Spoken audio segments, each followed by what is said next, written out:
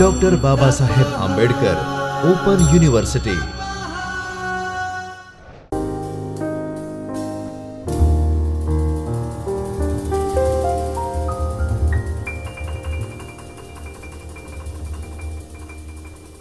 નમસ્તે વિદ્યાર્થી મિત્રો, ડૉક્ટર બાબા સાહેબ આંબેડકર ઓપન યુનિવર્સિટીના જ્યોતિર્મય પરિસરના ચૈતન્ય સ્ટુડિયોમાંથી હું ડૉક્ટર જાગૃતિ જે મહેતા ગુજરાતી વિષયના અધ્યાપક આપ સૌને આવકારું છું।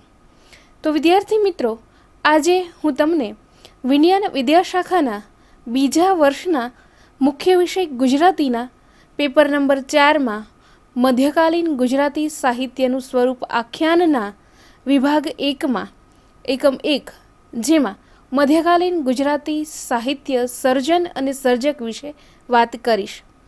તો વિદ્યાર્થી મિત્રો, આ અભ્યાસના ઉદ્દેશો જોઈએ તો આ એકમના અભ્યાસથી તમે મધ્યકાલીન ગુજરાતી સાહિત્યનો પરિચય મેળવી શકશો। ગુજરાતી મધ્યકાલીન સાહિત્યને પ્રેરક નીવડેલા એવા પરિબળોનો પણ પરિચય તમે મેળવી શકશો। મધ્યકાલીન ગુજરાતી સાહિત્યમાં ખેડાયેલા સ્વરૂપો વિશે પણ તમે જાણી શકશો અને મધ્યકાલીન ગુજરાતી સાહિત્યના મુખ્ય સર્જકો વિશે પણ પરિચય મેળવી શકશો। તો વિદ્યાર્થી મિત્રો, કલિકાલ સર્વજ્ઞ હેમચંદ્રાચાર્યએ રચેલા મહાન વ્યાકરણ ગ્રંથ સિદ્ધહેમમાં અપભ્રંશ ભાષાનું વ્યાકરણ આપવામાં આવ્યું છે। સંસ્કૃત પ્રાકૃતના અવાંતર ક્રમે સિદ્ધ થયેલી અપભ્રંશ ગુર્જર દેશની ભાષા હતી। આજથી લગભગ 500 વર્ષ પહેલાં ગુજરાત, મેવાડ, મારવાડમાં બોલાતી ભાષાને ડૉક્ટર તિસ્સે તોરીના અભ્યાસીએ જૂની પશ્ચિમ રાજસ્થાની એટલે કે ઓલ્ડ વેસ્ટર્ન રાજસ્થાનીએ નામે ઓળખાવી હતી।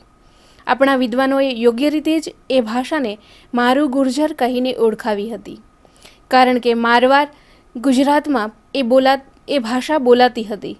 હવે તો ગુજરાતનો ભૌગોલિક વિસ્તાર નિશ્ચિત છે।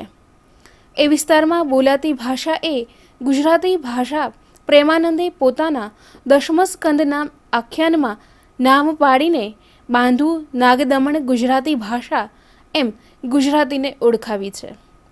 ગુજરાતીના આદિકવિ તરીકે નરસિંહ મહેતાનું નામ પ્રસિદ્ધ છે।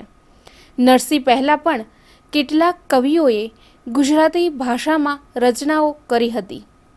ગુજરાતી ભાષાની સૌથી પહેલી રચના જૈન કવિ શાલિભદ્ર સુરી રચિત ભરતેશ્વર બાહુબલી રાસ ગણવામાં આવે છે। તેની લખાવટમાં અપભ્રંશ પછી જૂની ગુજરાતી ભાષા તરફ ગતિ સાધતી ભાષાના વલણો સ્પષ્ટ જણાય છે।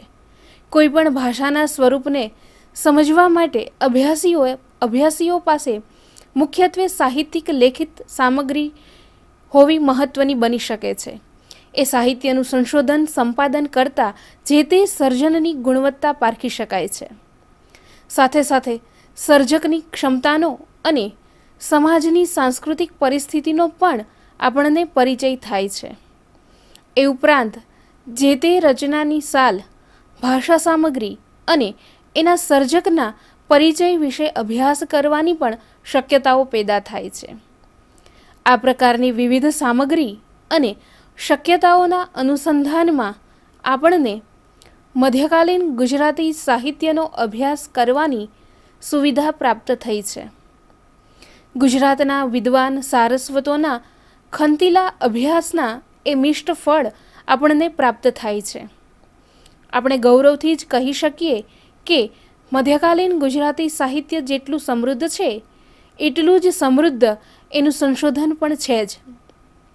તો વિદ્યાર્થી મિત્રો, હવે આપણે એકમની ભૂમિકા જોઈએ તો આપણે આગળ જોયું કે જૂની પશ્ચિમી રાજસ્થાની કે મારું ગુર્જરના નામે ઓળખાતી ભાષામાં મારવાડી રાજસ્થાની ભાષાની સંકળામણ હતી જ।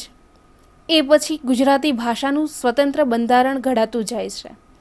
નરસિંહ, મીરા અને ભાલણ જેવા કવિઓની ભાષાએ એ રીતે સ્વતંત્ર વ્યક્તિત્વ ધરાવતી ભાષાની રીતે અભ્યાસપાત્ર બને છે। અલબત્ત મધ્યકાલીન ગુજરાતી સાહિત્યના સમયગાળામાં પ્રેમાનંદની ભાષા અર્વાચીન ગુજરાતી ભાષાની તદ્દન નજીકની ભાષા હોય એવું જણાય છે। અર્થાત થોડા શબ્દો અને થોડી લઢણો બાદ કરતાં પ્રેમાનંદની ભાષા સંપૂર્ણપણે અર્વાચીન ગુજરાતી જ છે. વિદ્વાનો પણ 17મા સૌકાથી પ્રયોજાતી ભાષાને અર્વાચીન ગુજરાતી એવું નામ આપે છે. ઈસવીસન 1297માં દિલ્હીના સલ્તનાન અલાઉદ્દીન ખિલજીએ કરણ વાઘેલા પાસેથી પાટણ જીતી લીધું. એ પહેલાં રામાનુજે શંકરાચાર્યના અદ્વૈત માયાવાદમાં બહુ સ્પષ્ટ નહીં થયેલી પ્રજા સામે ભાગવત ધર્મ પ્રચારમાં મૂક્યો હતો. પ્રજામાં વૈષ્ણવ ધર્મના સંસ્કારો ઠીક દ્રઢ થતા જતા હતા. ત્યાં જ મુસ્લિમ સત્તા આવતા ધાર્મિક સંઘર્ષોનો અનુભવ થયો. કેટલાક ધર્મજુનૂનીએ મુસ્લિમોએ હિન્દુ ધર્મ, હિન્દુ સંસ્કૃતિ અને હિન્દુ સંસ્કાર અવરોધવા પ્રયત્ન કર્યા. અલબત્ત અહીં નોંધવું જોઈએ કે કેટલાક શાંતિપ્રિય અને પ્રજા જીવનને સુખ શાંતિ આપવા ગણનાપાત્ર કાર્ય કર્યું છે. એમ છતાં અગાઉના સમયગાળામાં હિન્દુઓ અને જૈન સત્તા અને સંસ્કૃતિના સમન્વયથી એકતા સાધી સુખમય જીવન જીવતા હતા. એ સુખસાગરમાં ક્ષોભકારક પરિસ્થિતિ પેદા થઈ એમાં મુસ્લિમ શાસન જવાબદાર ઠર્યું. હિન્દુ પ્રજાએ એક થઈને સંસ્કૃતિનું રક્ષણ કરવું જ રહ્યું એવી ભાવના આ સમયગાળામાં બળવત્તર બની. ભાગવત વૈષ્ણવ ધર્મના સંતો, ભજનીકો, ઉપદેશક અને ભક્તિ સંગીત દ્વારા સારું એવું આશ્વાસન આપી રહ્યા હતા. ઔરંગઝેબના અવસાન પછી ગુજરાતમાં સત્તા મેળવનાર મરાઠાઓ પેશવાઓએ પણ ધમપછાડા કર્યા. પ્રજાજીવનની વિક્ષુબ્ધિનું એ પણ નિમિત્ત હતું. અંગ્રેજોના હાથે પેશવાઓનું પાટણ ગયું એ સમયગાળામાં ગુજરાતી સાહિત્યના સુધારક યુગની ભૂમિકા બંધાઈ ચૂકી હતી. આપણે મધ્યકાલીન ગુજરાતી સાહિત્યની વાત કરીએ છીએ ત્યારે આ સમયગાળામાં ગુજરાતની પ્રજા એક યા બીજી નિમિત્તે અસલામતી અનુભવી રહી હતી. એ આપણે જોયું. મૂર્તિઓ, મંદિરોની તોડફોડ, વટાળ પ્રવૃત્તિ, લૂંટફાટ જેવી હતાશાજનક પરિસ્થિતિઓની વચ્ચે ઇહલોકનું સુખ ના મળે ત્યારે માણસ માટે પરલોકના સુખ માટે ભક્તિ જ એકમાત્ર સાધન ગણાતું હતું અને આજે પણ ગણાય છે. ભક્તિનો એક માર્ગ કર્મકાંડથી ખચિત હતો. એ માર્ગ અઘરો અને મોંઘો પણ હતો. બ્રાહ્મણવાદે એમાં કેટલાક દૂષણો ભરી દીધા હતા. વર્ણભેદ પરાકાષ્ઠાએ પહોંચ્યો હતો અને જ્ઞાતિવાદે જડતા અને અહંકાર ફેલાવ્યા હતા. એક જ્ઞાતિના પણ અનેક વાડા હોય અને એમાં પણ જ્ઞાતિઓના વાડાઓની જો હુકમી ચાલતી હોય એવા સંજોગોમાં હતપ્રભ બની ગઈ હતી. આ સંજોગોમાં લોકોને અત્યંત સરળ એવા ભક્તિ માર્ગનું આકર્ષણ થાય છે. એ સ્વાભાવિક છે. શ્રીમદ ભાગવત ગીતા, મહાભારત, રામાયણ, હરિવંશ પુરાણ જેવા પુરાણોની કથાઓ લોકભોગ્ય બની હતી. જયદેવના ગીત ગોવિંદનું કે બોપદેવના હરિલીલામૃતનું આકર્ષણ તત્કાલીન કવિઓને રહ્યું હતું એવું પણ વિદ્વાનોએ તારવ્યું છે. નરસિંહ મીરા જેવા સંત કવિઓ હતા. અખો જ્ઞાનમાર્ગી કવિ હતો. પ્રેમાનંદ આખ્યાનકાર અને શામળ પદ્ય વાર્તાકાર હતા. તો દયારામ પુષ્ટિમાર્ગી વૈષ્ણવ કવિ હતા. આ ઉપરાંત શૈવ, શાક્ત અને સ્વામિનારાયણ સંપ્રદાયના કવિઓની સંખ્યા પણ મોટી હતી. આ સર્વે કવિઓએ પોતાના સર્જનમાં સરળ, રસપ્રદ અને લોકભોગ્ય માર્ગો અપનાવીને પ્રજાને આનંદ અને આશ્વાસન પૂરા પાડ્યા છે. જૈન ધર્મના કવિઓએ પણ એ જ માર્ગ અપનાવ્યો છે ત્યારે મધ્યકાલીન ગુજરાતી સાહિત્યમાં નોંધપાત્ર યોગદાન કર્યું છે. તો વિદ્યાર્થી મિત્રો, હવે આપણે મધ્યકાલીન ગુજરાતીના મુખ્ય સ્વરૂપો વિશે વાત કરીએ તો પ્રોફેસર મંજુલાલ મજમુદારે અત્યંત શ્રમપૂર્વક સંશોધન કરીને ગુજરાતી સાહિત્યના સ્વરૂપો નામના ગ્રંથનું આલેખન કર્યું છે. એમાં મધ્યકાલીન ગુજરાતી સાહિત્યના 21 જેટલા પદ્ય સ્વરૂપોની વિગતવાર છણાવટ કરી છે.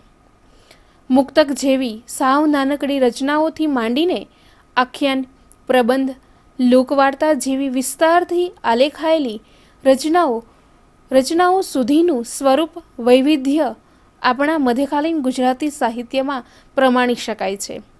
આપણા આદિકવિ નરસિંહ મહેતાના સર્જનમાં પદ અને પ્રભાતિયા ખાસ ધ્યાન ખેંચે છે. મીરાબાઈએ પણ પદો લખ્યા છે. પદને સરળતાથી સમજવું હોય તો એમ કહી શકાય કે એમાં ભરપૂર ઉર્મી સંવેદન લાઘવ ગુણે રચાયેલું હોય છે. મધ્યકાળમાં ભક્તિનું પ્રાધાન્ય હતું એટલે આ પદોમાં ભક્તિના વિવિધ સંવેદનો હોય છે. એમાં ક્યારેક ભક્તિ દ્વારા ભાવનું પ્રાગટ્ય થતું હોય છે તો ક્યારેક ઉપદેશ પણ આપવામાં આવતો હોય છે. નરસિંહના પદોમાં તત્વજ્ઞાન પણ સરળ રીતે અભિવ્યક્ત થાય છે. પ્રભાતે સવારે ગાઈ શકાય એવી રાગ યોજનામાં રચાયેલી ભક્તિ કવિતા એ પ્રભાતિયા વહેલી સવારે શુભ સંકલ્પ થઈ શકે એવી સમજણથી જ નરસિંહ મહેતાના પ્રભાતિયામાં સારા આચાર વિચારનું સંકલન થયું હશે. એ ઉપરાંત પ્રભાતિયામાં ભક્તિભાવ અને તત્વજ્ઞાન પણ સુપેરે સ્થાન પામે છે. એ ઉપરાંત પ્રભાતિયા ગુજરાતના સંસ્કારની ચિરંજીવ મૂડી છે. નરસિંહ મહેતા પહેલાંના જૈન કવિઓએ રાસ લખ્યા છે. રાસ રાસા શબ્દ સંસ્કૃત રાસક પરથી ઉતરી આવ્યો છે. આપણા વિદ્વાન સંશોધક શ્રી કેકા શાસ્ત્રીએ રાસ સાહિત્યના અભ્યાસને આધારે રાસના 2 પ્રકાર દર્શાવ્યા છે, તાલરાસ અને બીજું લટુકા રાસ. તાલરાસમાં તાળીઓના તાલે વર્તુળાકારે પગના ઠેકા સાથે ઘૂમતા રહીને ગાન કરવાનું હોય છે અને લાટુકા રાસમાં દાંડિયાઓનો ઉપયોગ કરાય છે. આમ તો રાસમાં ભાવોર્મી અને ચરિત્ર ચિત્રણ વિષય રૂપે આવતા હોય છે, પણ ક્યારેક ઉપદેશનું તત્વ પણ આગળ પડતું દેખાય છે. કાનડદે પ્રબંધ, સદય વત્સવીર પ્રબંધ, વિમલ પ્રબંધ જેવા પ્રબંધોના શીર્ષકથી જ સમજાય છે કે વ્યક્તિ વિશેષને એના ચરિત્રને લક્ષ્યમાં રાખીને પ્રબંધ સાહિત્ય રચાયું છે. ઇતિહાસ અને દંતકથાના મિશ્રણથી સિદ્ધ થયેલા પ્રબંધ કાવ્યમાં વીરરસ તથા ઓજસ ગુણનું મહત્વ હોય છે. એ ઉપરાંત શૃંગાર રસ પણ કેટલાક પ્રબંધોનું આકર્ષણ બને છે. માધવાનંદ કામકંદલા પ્રબંધ એનું નોંધપાત્ર દ્રષ્ટાંત છે. તો વિદ્યાર્થી મિત્રો, હવે આપણે ફાગુ સાહિત્ય સ્વરૂપ વિશે વાત કરીએ તો ફાગુ, જેમાં વસંત ઋતુનો મહિમા વર્ણવવામાં આવ્યો છે, તો બારમાસીમાં 12 માસને ધ્યાનમાં રાખીને કાવ્ય સર્જન થતું હોય છે. એટલો ભેદ આ 2 પદ્ય સ્વરૂપોમાં છે. વસંતને કામદેવનો મિત્ર ગણવામાં આવે છે, એટલે ફાગુ કાવ્યમાં આનંદ ઉલ્લાસ સહિતના શૃંગારની માત્રા વિશેષ પ્રમાણમાં હોય છે. બારમાસી કાવ્યમાં ઋતુચક્રની સાથે પલટાતી પરિસ્થિતિઓના અનુસંધાનમાં નાયક નાયિકાની વિરહાવસ્થા વર્ણવાય છે. આ સંદર્ભમાં જૈન કવિઓની કૃતિઓ જુદી ભાત પાડે છે. જૈન કવિઓ શૃંગાર, સંયોગ શૃંગાર અને વિયોગ શૃંગારનું ભરપેટે આલેખન કર્યા બાદ છેવટે સંયમ વ્રતાદિનો બોધ આપતા હોય છે. પુરાણ કથાઓને લોકભાષામાં અભિવ્યક્ત કરી પ્રજાને ધર્માભિમુખ કરવાની પ્રવૃત્તિના સંસ્કાર આખ્યાનથી જ દ્રઢ થાય છે. જૈન કવિઓ રાસા દ્વારા ભક્તિ સંસ્કારથી કથાઓ રજૂ કરતા એવા જ પ્રયત્નરૂપે ભાલણ, નાકર, પ્રેમાનંદ જેવા કવિઓએ પુરાણોના કથા પ્રસંગો વિસ્તારી બહેલાવી રસાત્મક બનાવી આખ્યાન રૂપે રજૂ કર્યા છે. આ વત્તા ખ્યેય અથવા તો આ વત્તા ખ્યા પરથી આખ્યાન શબ્દનો અર્થ જ વિસ્તારીને રજૂઆત કરવી એવો થાય છે. કડવાબદ્ધ દેશીઓના આખ્યાનનો રચનાબંધ સર્જાય છે. પૌરાણિક ઉપાખ્યાનોને વિસ્તારીને રજૂ કરતા આખ્યાનકારો પ્રસંગ, પાત્ર, રસ વગેરેના વિસ્તૃત આલેખનથી લોકોમાં ધર્મ સંસ્કાર ઉપરાંત સાહિત્યિક સંસ્કારનું પણ સિંચન કરતા હતા અને એ બધા જ આખ્યાનોના સાહિત્ય સ્વરૂપ સાથે આજે પણ નોંધપાત્ર બની રહ્યા છે. તો વિદ્યાર્થી મિત્રો, મધ્યકાલીન ગુજરાતી સાહિત્યમાં વિષયવસ્તુની દ્રષ્ટિએ ભિન્ન પડતી પદ્યાત્મક લોકવાર્તાના મૂળ પણ સંસ્કૃત સાહિત્યમાં જ પડેલા છે. કથા સરિત સાગર, દશકુમાર ચરિત વગેરેમાં ભક્તિ પદાર્થથી ભિન્ન વિષય વસ્તુ ધરાવતી કથાઓ લખાય છે. એનું અનુકરણ અને અનુસરણ પદ્યાત્મક રીતે મધ્યકાળમાં થયું છે. પદ્યાત્મક લોકવાર્તામાં ધર્મકથાઓ આલેખાતી નથી, પણ લોકોમાં ચિત્તને વાર્તારસનો આનંદ આપે એવા શૃંગાર, અદ્ભુત અને વીરરસ ધરાવતા કૌતુકભર્યા આલેખનો એમાં હોય છે. શામળ પદ્યાત્મક લોકવાર્તાનો સફળ સર્જક બન્યો છે. એની વાર્તાઓમાં બહોળો કલ્પના પ્રવાહ હોવા ઉપરાંત વ્યવહાર જ્ઞાન, નીતિ અને ધર્મને સાંકળતા છપ્પાઓ પણ પ્રભાવક બન્યા છે. મધ્યકાલીન ગુજરાતી સાહિત્યના મુખ્ય સ્વરૂપોનો વિચાર કરીએ ત્યારે આજ દિન સુધી લોકરંજક બની રહેલા અને ગુજરાતના સંસ્કારધન સમા ગરબાનો વિચાર કરવો જરૂરી છે. આજે પણ નવરાત્રિના ઉત્સવ દરમિયાન ઘડાને છિદ્રો પાડી ગરબો કોતરવામાં આવે છે.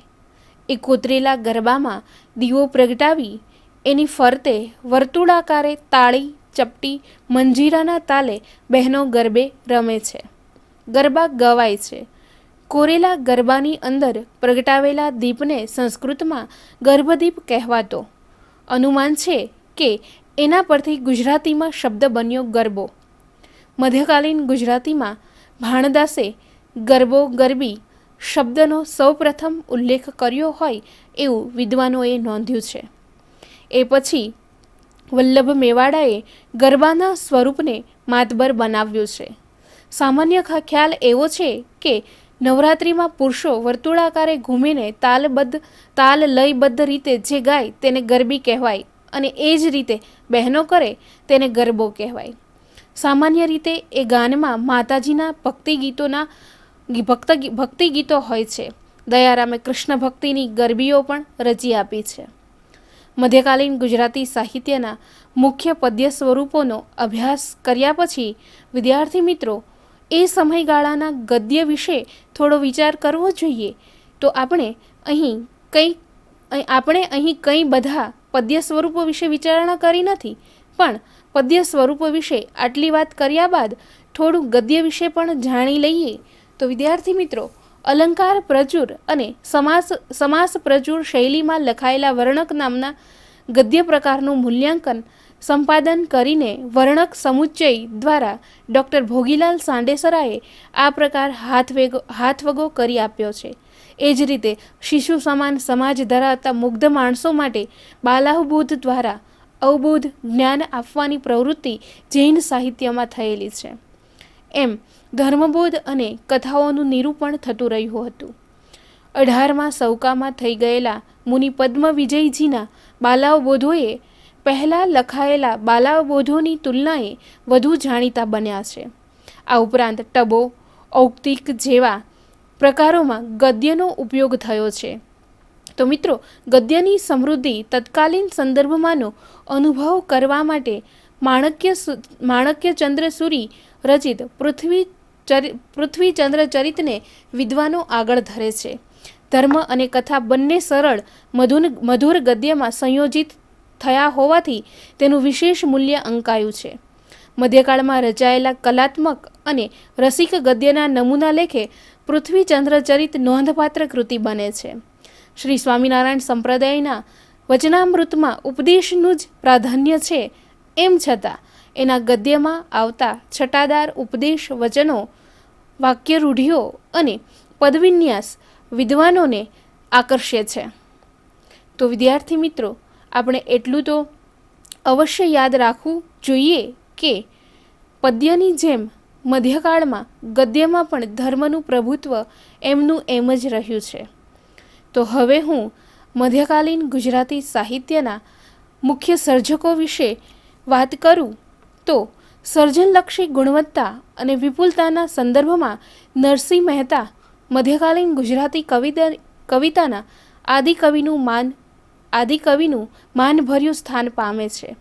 પરંતુ નરસિંહ મહેતા પહેલાં કેટલાક જૈન અને જૈનેતર કવિઓએ અભ્યાસપાત્ર સાહિત્ય સર્જન કર્યું છે.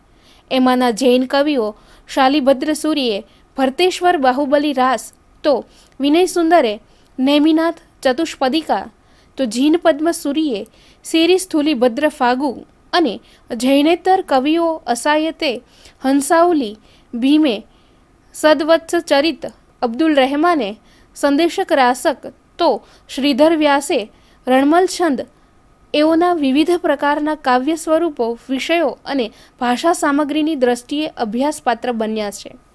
અસાયતે લોકનાટ્ય ભવાઈના ક્ષેત્રમાં પણ પહેલું અને મહત્વનું પ્રદાન કર્યું છે. એની સાથે સાથે પદ્મનાભ અને ભાલણનું સ્મરણ પણ કરી શકાય છે. કરી લઈએ તો કાનડદે પ્રબંધના રચયિતા પદ્મનાભ ઐતિહાસિક વિષય વસ્તુ ધરાવતા પ્રબંધની રચના દ્વારા રસ નિરૂપણની આગવી સૂઝ દાખવી પ્રબંધ સ્વરૂપના આગવા આદર્શ પૂરા પાડે છે. ભાલણ બાણભટ્ટ કૃત સંસ્કૃત ગદ્યકૃતિ કાદંબરીને પદ્યાત્મક સ્વરૂપે આલેખથી પોતાની પ્રતિનિર્માણ શક્તિનો વિશેષ પરિચય કરાવે છે. ઉપરાંત નૈષધીય ચરિત સંસ્કૃતને આધારે રચેલ નળાખ્યાન પણ ભાલણની વ્યુત્પત્તિ સર્જક કૃતિનો પરિચય આપે છે. દશમસ્કંદ અને રામબાલ ચરિત પણ ભાલણની નોંધપાત્ર કૃતિઓ ગણાય છે. તો પ્રેમાનંદ ભક્તિ દ્વારા ઘેલું કરનાર નરસિંહ અને મીરાની કવિતામાં કૃષ્ણ ભક્તિનું ગોપી ભાવે આલેખન કર્યું છે. અવ્યભિચારિણી કૃષ્ણપ્રીતિએ ગોપી ભાવનું પહેલું લક્ષણ છે. પ્રેમ લક્ષણા ભક્તિમાં શ્રી કૃષ્ણ એકમાત્ર પુરુષ છે અને ભક્તો તેને ગોપી ભાવે સ્ત્રી ભાવે સેવે છે. નરસિંહ અને મીરાની કવિતામાં આ પ્રેમ લક્ષણા ભક્તિની સમર્થ અભિવ્યક્તિ છે.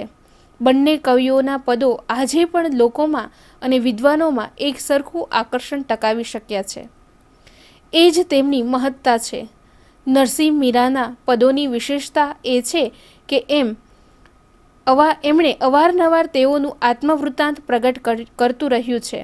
શ્રી કૃષ્ણને પ્રિયતમ ગણીને અભિવ્યક્તિ સાધતી નરસિંહ મીરાની કવિતામાં ભક્તિ અને શૃંગારનું સામટું આલેખન હોવાથી એને ભક્તિ શૃંગારની કવિતા તરીકે પણ ઓળખાવવામાં આવે છે. દાણલીલા, ચાતુરીઓ અને સુદામા ચરિત્ર જેવી નરસિંહની રચનાઓ અભ્યાસીઓએ આખ્યાનના બીજ જોયા છે. નરસિંહની કવિતામાં પ્રભાતિયાનું સ્થાન પણ અનોખું છે અને ગુજરાત સૌરાષ્ટ્રમાં આજે પણ એ પ્રભાતિયા વહેલી સવારે ઘરે ઘરે ગવાતા સંભળાય છે. તો વિદ્યાર્થી મિત્રો, 16મા સૌકામાં કવિઓમાં નાકરનું નામ અભ્યાસની દ્રષ્ટિએ ધ્યાનપાત્ર બન્યું છે. જન્મે વણિક જાતિનો કવિ નાકર આખ્યાનો રચીને બ્રાહ્મણને આપતો અને એના વડે બ્રાહ્મણોનું ગુજરાન ચાલતું એમ નોંધાયું છે. એ રીતે તેને પ્રસિદ્ધિ મળી હશે, પણ નાકરના આખ્યાનોની ગુણવત્તા જોતા એના સ્વતંત્ર અભ્યાસની પણ અભ્યાસીઓએ ખેવના કરી છે. પ્રેમાનંદ પહેલાંના સફળ આખ્યાનકાર તરીકે નાકરનું પ્રદાન અભ્યાસપાત્ર બન્યું છે. નળાખ્યાન, ચંદ્રહાસાખ્યાન, ધ્રુવાખ્યાન, ઓખાહરણ, વિરાટ પર્વ જેવા આખ્યાનોના મૂળ આપણા પુરાણોમાં પડ્યા છે. આમ નાકરે આગવી રીતે એમાં સુધારા વધારા કરીને મૌલિક સર્જન શક્તિ પણ દાખવી છે. મધ્યકાળના સુખ્યાત કવિઓમાં અખો, પ્રેમાનંદ અને ભાલણ વિશિષ્ટ રીતે નોંધપાત્ર કવિઓ છે. અખો તત્વજ્ઞાનને સરળ રીતે ઘરગથ્થુ દ્રષ્ટાંતોથી લોકભોગ્ય બનાવે છે, તો પ્રેમાનંદ સાહિત્યિક રીતે સમૃદ્ધ એવા આખ્યાનોથી શ્રેષ્ઠ આખ્યાનકારની પ્રતિભા સિદ્ધ કરે છે. જ્યારે શામળ પદ્યાત્મક લોકવાર્તાઓના સર્જનથી પોતાનું વિશિષ્ટ સ્થાન નિશ્ચિત કરે છે. એ સૌકામાં કાળક્રમે અખાનું સ્થાન પહેલું છે. અખે ગીતા, અનુભવ બિંદુ, પંચીકરણ, ગુરુ શિષ્ય સંવાદ, ચિત્ત વિચાર સંવાદ અને છપ્પા જેવી કૃતિઓ દ્વારા અખાએ વેદ વેદાંત, ભક્તિ, જ્ઞાન, વૈરાગ્ય જેવા અઘરા વિષયોની સરળ અને માર્મિક છણાવટ કરીને એ ચિંતનક્ષમ વિષયોને સર્વભોગ્ય બનાવવાનો સફળ પ્રયાસ કર્યો છે. અખે ગીતા તેની શ્રેષ્ઠ કૃતિ ગણાય છે. જ્યારે છપ્પામાં આ કવિએ સાંસારિક અસમાનતા, વિષમતા અને ભક્તિની દાંભિકતા પર આકરા પ્રહારો કર્યા છે. ભક્તિની જડતા અને અંધશ્રદ્ધાના અનુસંધાનમાં અખાના કટાક્ષો આજે પણ આપણા સમાજમાં યથા પ્રસંગે લોકભોગ્યે ઉચ્ચારાય છે. તો વિદ્યાર્થી મિત્રો, પ્રેમાનંદના આખ્યાનો પણ અભ્યાસીઓ અને સંસ્કારી ગૃહસ્થ ગૃહિણીઓ આદરપૂર્વક વાંચે છે અને ગાય પણ છે. સમર્થ અભ્યાસીઓ પણ પ્રેમાનંદ વિશે ખાસું સંશોધન, સંપાદન અને વિવેચન કરીને એનું સર્જકત્વ ગાણ્યું, માણ્યું પણ છે. ઓખારણ, દશમસ્કંદ, સુદામા ચરિત્ર જેવા શ્રીમદ ભગવત પર આધારિત, અભિમન્યુ આખ્યાન, નળાખ્યાન, સુધન્વાખ્યાન જેવા મહાભારત પર આધારિત અને રણયજ્ઞ જેવું રામાયણ પર આધારિત એ સર્જનો દ્વારા પ્રેમાનંદે સંસ્કૃત ઉપાખ્યાનોને મૌલિક આલેખન રીતિથી મહત્તા અર્પી છે. નરસિંહ મહેતાના જીવન આધારિત મામેરું, શ્રાદ્ધ અને હુંડી પણ સર્વપ્રિય નીવડેલા આખ્યાનો છે. રસ વૈવિધ્ય અને રસ સંક્રાંતિ, સમકાલીન સમાજ જીવનની રંગપૂર્ણી, જીવંત પાત્રાલેખન અને સચોટ કથન કલા દ્વારા પ્રેમાનંદના આખ્યાનો સાહિત્યિક સમૃદ્ધિ ધારણ કરે છે. સંસ્કૃત પ્રાકૃત કથા સંચયોમાંથી વાર્તાના અંશ ઉપાડી એમાં મૌલિક કલ્પનાઓનું સારું એવું ઉમેરણ કરી આસ્વાદ્ય પદ્ય વાર્તાઓ સર્જનાર શામળ મધ્યકાળના ભક્તિપ્રધાન સાહિત્ય અને સાહિત્યકારોથી ભિન્ન પ્રકારનું છતાં અનોખું વ્યક્તિત્વ સિદ્ધ કરે છે. લોકવાર્તાની પરંપરા એના અદ્ભુત રસને કારણે વિકાસ સાધતી હોય છે. શામળની લોકવાર્તાઓ પણ અદ્ભુત રસ ખચિત છે જ, સાથે સાથે વીર અને શૃંગાર રસનો પણ વિનિયોગ વાર્તા તત્વને વધુ આકર્ષક બનાવે છે. પદ્માવતી, રૂપાવતી, સુડા બહોતેરી, નંદ બત્રીસી, ચંદ્ર ચંદ્રાવતી, મદનમોહના, સિંહાસન બત્રીસી વગેરે શામળની ગણનાપાત્ર કૃતિઓ છે. વીર વિક્રમ જેવા પરાક્રમી અને પરદુઃખ ભંજક પુરુષ પાત્રો હોવા છતાં મોહના, ચંદ્રાવતી જેવા સ્ત્રી પાત્રો શામળની કલમે સુરેખ અને જાજરમાન બન્યા છે. એ ઉપરાંત માલણ, ઘાચણ જેવા સમાજના નીચલા થરના ગણાતા પાત્રો અને હંસ, પોપટ જેવા પંખીઓને પોતાની પાત્ર સૃષ્ટિમાં સ્થાન આપીને શામળ કાર્યવેગ સિદ્ધ કરે છે. તો મિત્રો, અંબાજી, બહુચરાજી, મહાકાળી એ 3 દેવીઓના મંદિરો ગુજરાતના યાત્રાધામો ગણાય છે અને એ 3 ગુજરાતના શક્તિપૂજકોની આરાધ્ય દેવી છે. વલ્લભ મેવાડાએ ગુજરાતના સંસ્કાર ધન સમા ગરબાના સર્જનમાં શક્તિ ભક્તિનો મહિમા વિસ્તાર્યો છે. વલ્લભ મેવાડાના ગરબામાં ભક્તિ ઉપરાંત કજોડાની કરુણતા, સામાજિક અનર્થો, અનિષ્ટો વગેરે વિષયો પણ વણી લેવાયા છે. તો પ્રીતમના પદ અને ધીરાની કાફીઓ ગુજરાતી સાહિત્યના ઇતિહાસમાં ગણનાપાત્ર સ્થાન ધરાવે છે અને લોકમુખે પણ ગવાય છે. એ જ રીતે ભોજા ભગતના ચાબખા પણ જાણીતા છે. સ્વામિનારાયણ સંપ્રદાયના ધર્મ પ્રચારક સંતો મુક્તાનંદ, બ્રહ્માનંદ, પ્રેમાનંદ અને નિષ્કુળાનંદે પણ ભક્તિ, જ્ઞાન, વૈરાગ્યને લગતી રચનાઓથી અભ્યાસીઓને આકર્ષ્યા છે. પ્રેમાનંદે પ્રેમલક્ષણા ભક્તિના ભાવમાધુર્યથી છલકાતા પદો લખીને સખીપણું સાર્થક કર્યું હતું. તેથી તેઓ પ્રેમાનંદ પ્રેમ સખી તરીકે પણ ઓળખાય છે. તો મિત્રો, મીરાબાઈ પછી લગભગ 2 સૌકા બાદ 18મી સદીમાં બીજી 4 કવિયત્રીના નામ ઇતિહાસકારોએ નોંધ્યા છે, જેમાં દિવાળીબાઈ ભગવાન શ્રી રામની ચરિત્રલીલા પદોમાં વર્ણવે છે. તો કૃષ્ણબાઈ કૃષ્ણના હારડાથી જાણીતા બન્યા છે. રાધાબાઈ કૃષ્ણ ચરિત્ર ઉપરાંત પોતાની કવિતામાં ભક્તિ કવિતાના ચરિત્રો આલેખ છે. આ સૌમાં વિભિન્નતા આવતા ગૌરીબાઈ વેદાંત અને જ્ઞાન માર્ગને પોતાની કવિતામાં સુપથ્ય અને સુચારુ બનાવે છે. તેથી જ એ ખાસ નોંધપાત્ર છે. તો વિદ્યાર્થી મિત્રો, મધ્યકાલીન ગુજરાતી સાહિત્યના છેલ્લા સમર્થ પ્રતિનિધિ કવિ દયારામ પોતાના સર્જનમાં પ્રેમલક્ષણા ભક્તિને સામર્થ્યથી આલેખી આદિકવિ નરસિંહ મહેતા સાથે અનુસંધાન કરી આપે છે. ફરક એટલો જ છે કે દયારામે વૈષ્ણવ સંપ્રદાયનો બ્રહ્મ સંબંધ લીધો હતો અને મર્યાદી વ્રત સહિત જીવન જીવતા હતા, તેથી દયારામની કવિતામાં વલ્લભ સંપ્રદાયનો ખાસો પ્રભાવ જોવા મળે છે. રસિક વલ્લભ અને ભક્તિપોષણ જેવી રચનાઓ તો આ સંપ્રદાયની સિદ્ધાંત નિષ્ઠાનું જ પ્રમાણ આપે છે. એ ઉપરાંત દયારામે અજામિલ આખ્યાન, રૂકમણી વિવાહ, સત્યભામા વિવાહ જેવી આખ્યાન કૃતિઓ અને પ્રબોધ ભાવની તથા ભક્તિબોધના પદો જેવા બૌદ્ધાત્મક કાવ્યો આપ્યા છે. એ સૌમાં ભક્તિ ભાવ અને કાવ્યાત્મક દ્રષ્ટિએ શીરમોર સમી છે. દયારામની ગરબીઓ ગોપી ભાવે વ્યક્ત થયેલી કૃષ્ણ ભક્તિ દ્વારા દયારામે સ્ત્રી સહજ પ્રેમ અને ઈર્ષાની રસિક અભિવ્યક્તિ સાધી છે. આ ગરબીઓમાં સરવાળે તો કૃષ્ણ ભક્તિ જ છલકાય છે અને તેથી જ નાનાલાલે દયારામ માટે કહેલા શબ્દો બંસી બોલનો કવિ સાર્થક ઠરે છે. આમ મિત્રો, અંતે વાત કરું તો ગુજરાતી ભાષા મૂળ આ ભાષામાંથી ઉતરી આવે છે. એના અવાંતર ક્રમ આ પ્રમાણે છે: વૈદિક ભાષા સંસ્કૃત, શિષ્ટ સંસ્કૃત, પ્રાકૃત, ગૌર્જર, અપભ્રંશ અને ગુજરાતી.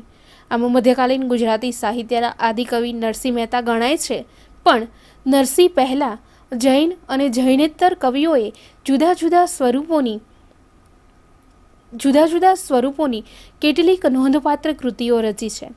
મુસ્લિમ તેમજ મરાઠા પેશવાઓના શાસન દરમિયાન પ્રજા જીવન ક્ષુભિત થતું હતું અને તેની પરોક્ષ અસરો પણ ક્લેશકારક હતી.